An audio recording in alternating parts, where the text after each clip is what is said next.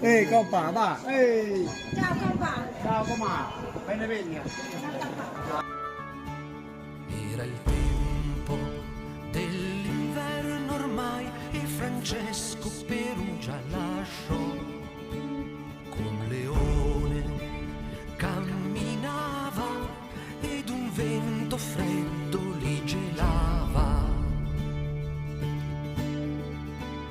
E Francesco nel silenzio alle spalle di Leone chiamò: può essere santa la tua vita, sappi che non è la legge. Benvenuto al santuario. Siano giorni pieni di gioia, di letizia, di pace e di serenità.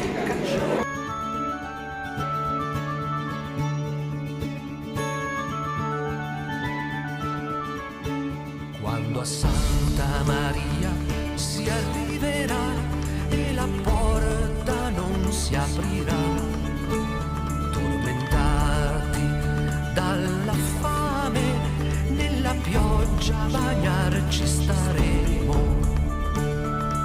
Fate il servizio a San Francesco Congiuri. Oggi avete una casa che gli altri priori non hanno. C'è già Gesù perché è consacrato. Non me la sono portato via, lo lascio. Quindi ci avete già la presenza del Signore vivo e vero, che vi farà compagnia, che vi assisterà e che Bornaro. Ah, che resta buona. E niente, facciamogli un applauso, incoraggiamo.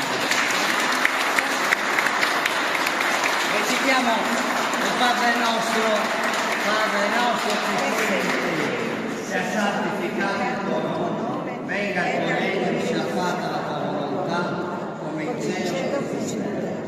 Dacci oggi il nostro pane quotidiano e rimetti a noi i nostri debiti, come anche noi li rimettiamo ai nostri genitori, e non abbandonarci alla tentazione. Vi benedica Dio Onnipotente, Padre, Figlio e Spirito Santo. Amen. Padre, non mi carica di fare lo Spirito.